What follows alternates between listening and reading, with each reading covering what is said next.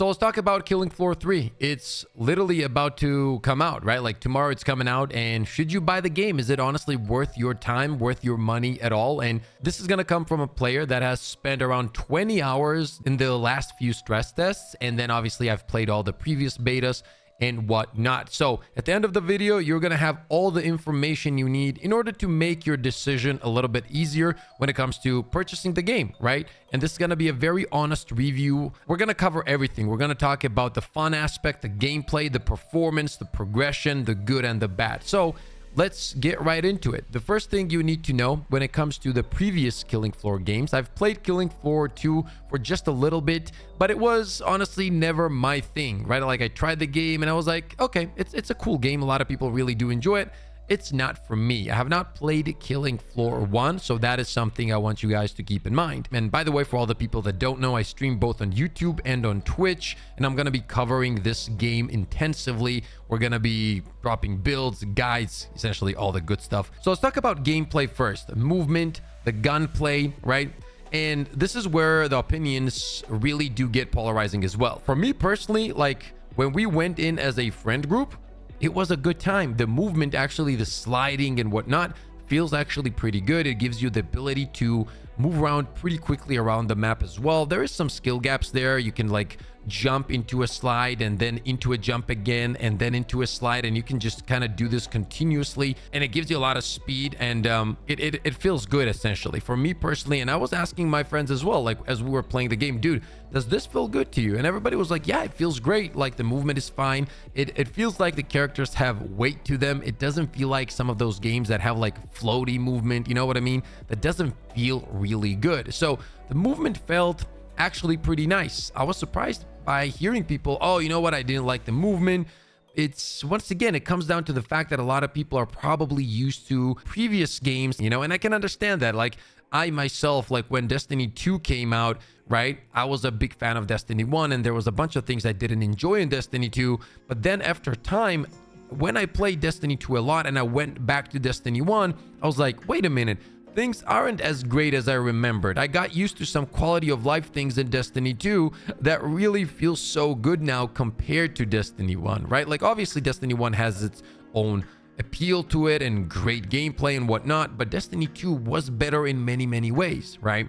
So I think it's like the same kind of situation, which once again, on my own, personally understand what people are saying, but movement is pretty decent. When it comes to gunplay, there is some things that I really like and some things that I do not like. So for example, on some weapons, when you're ADSing and shooting, the recoil is kind of weird, so it kind of even overlaps the middle of the screen to the point that you don't exactly even see where you're shooting. It can feel weird, but that can be avoided once you get the scopes and whatnot on your weapons. So overall, when it comes to movement and gunplay, I would give it like around a 7 out of 10. I think it was a great experience overall. And once again, this is not just coming from me. I always try to ask people around me and then look at all of their answers and weigh it on that, right? So I played with a lot of friends. Like it was like 10 to 15 people overall that tried the game, right, as a team or solo, and then I gathered feedback, and overall, yes, people enjoyed it. Like nobody was really hating on it and nobody was saying this was trash. Everybody just had a good time. And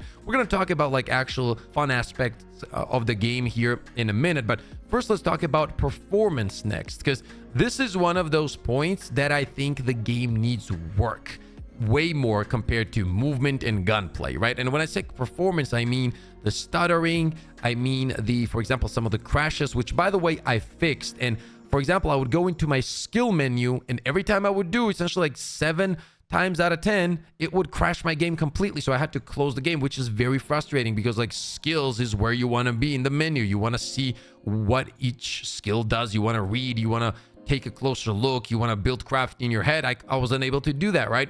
So if you are having that issue, or if you will have that issue when the game launches, what I did was I just updated my graphics card driver to its latest, which literally came out yesterday, and it fixed it completely, right? I also verified the files on Steam, and that was gone. Like the issue was gone. Guys, apart from that, and some stuttering, as I said, I had 0 performance issues with the game. This is just me being honest. I know that there are some people that have some issues with the game. This is my personal experience, and including my friends, I was the one that was getting those skill menu crashes the most. I maybe one or two of my other friends got it like once or twice. That was it. We did not have more performance issues. Like, there is no reason for me to lie about this. I'm not paid by the company or anything. I'm just giving you the honest experience that we had as a friend group, right? Like, nobody had those issues. People were even literally playing on, my friend was playing on a 2060 or 2070 Ti. And they were playing the game. Was it like crazy high FPS? No, but they were playing the game. They were having fun, man. That said, should it be more optimized and should it feel better, and where does it struggle? Well, it was really surprising to me when I switched from like high graphics to low graphics. I didn't see any difference almost. And when I did, it was weird, but I felt like it performed better on high graphics, right? I feel like the optimization is something that they will have to work on in the future. Personally, when it comes to crashing, when it comes to stuttering, all of those things, after I fixed that issue of the skill menu, my game was good. I didn't have any issues at all. So that is something to keep in mind if you're worried about performance. But obviously, if you have a latest card or a good card, let's say 30 series or 40 series and above, you're going to be fine. I don't think you're going to have an issue because nobody in our group had any issues when it comes to that. Now let's talk about the progression before we talk about the fun aspect of the game, because progression, I'm one of those players that really needs good progression, right? Like I want to have something to farm. I understand the fun aspect of the game. Once again, we're going to talk about it, but how is the progression, right? That's what gets me hooked a lot of times. And to be honest, I was very surprised. Right? Like, first of all, there's a big skill tree. These skill trees usually like take some, you got to level up, right? And not only is it only about your character level, but then you have to separately level up the skill that you pick. So for example, if you like it, let's say skill X, you need to level it up 3 times. And you also need to get specific points that you get with finishing missions, and the combination of those two will give you the ability to get upgrade number 1. And obviously upgrade number 1 is going to cost less, and then upgrade number 2, or level 2 should I say, will cost more, and then level 3 will cost even more than that. So it is going to take you some time to build your perfect character. Obviously, then you'll have to test a lot of things and figure out which ones are good and bad, and that's where you're going to want to sub to the channel, because I'm going to be testing everything in this game, and I'm going to give you guys all the information you need when it comes to the best skills, best leveling guides, and so on, so you guys don't waste time on unlocking skills that are essentially not going to be viable for you, right? So keep that in mind. Now, when it comes to the progression, as mentioned, it was pretty good, but the character and skill progression isn't the only thing.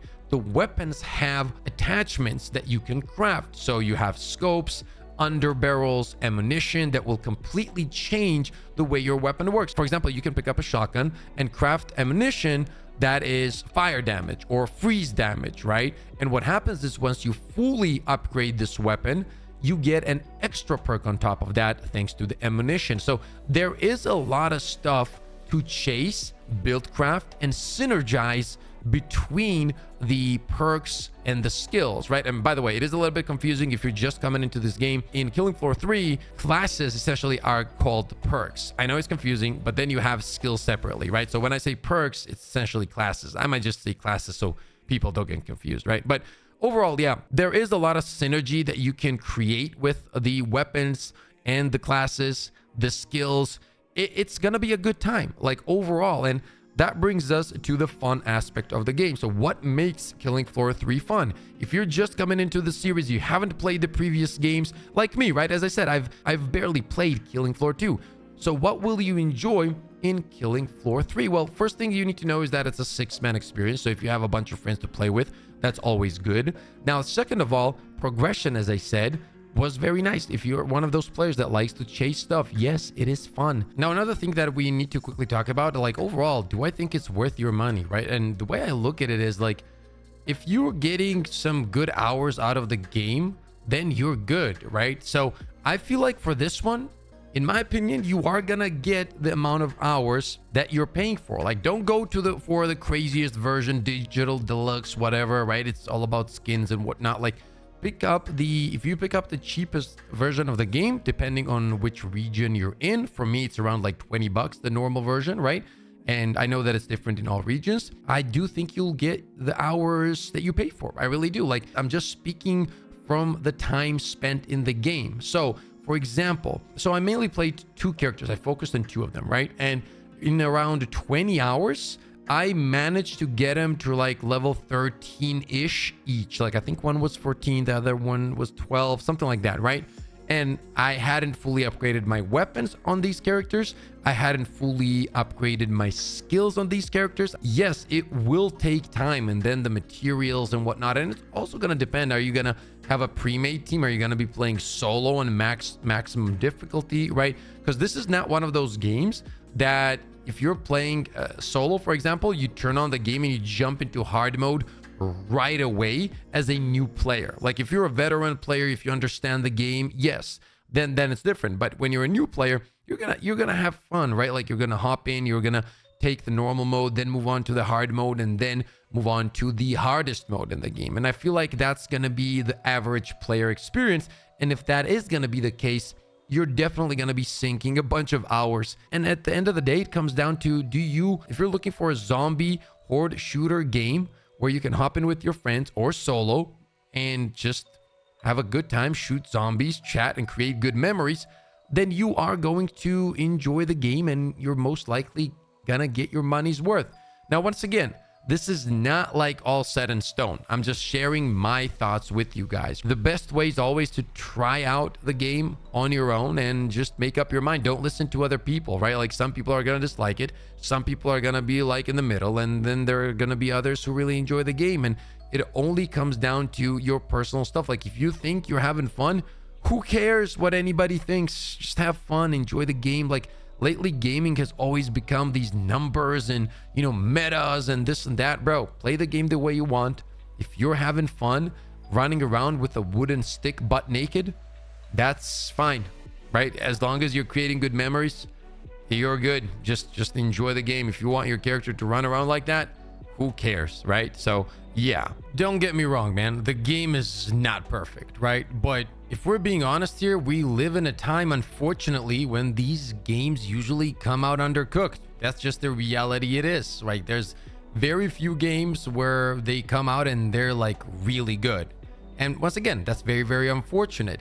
But is it terrible as some people make it out to be, and they say it's the worst game they've ever played and they cannot believe how bad it is?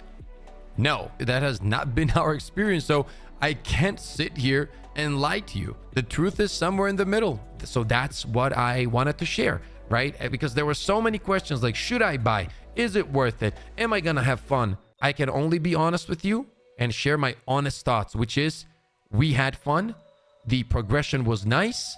The performance was way above average. We didn't have as many issues whatsoever, and we just had a good time. And so if you're looking for a game where you can chill out with your friends and shoot some zombies, I feel like you're gonna enjoy it. Make sure to let me know what you guys think about all of this in the comment section below. As always, thank you for all the love and support. I got more content on the way for Killing Floor 3, so stay tuned. There's gonna be a bunch of videos and whatnot, builds. It's just gonna be a good time, man. I'm gonna focus on different characters, level them up, and create all that kind of stuff. I can't wait. I can't wait to kind of know life this game, to be honest with you. So hope you guys join on the journey, man. And if you do, slap the like, sub to the channel. We're going to be streaming on YouTube and on Twitch essentially daily when the game comes out. And I would love to see you guys live on stream. As always, stay positive, stay disciplined, and I'll see you all on the next one.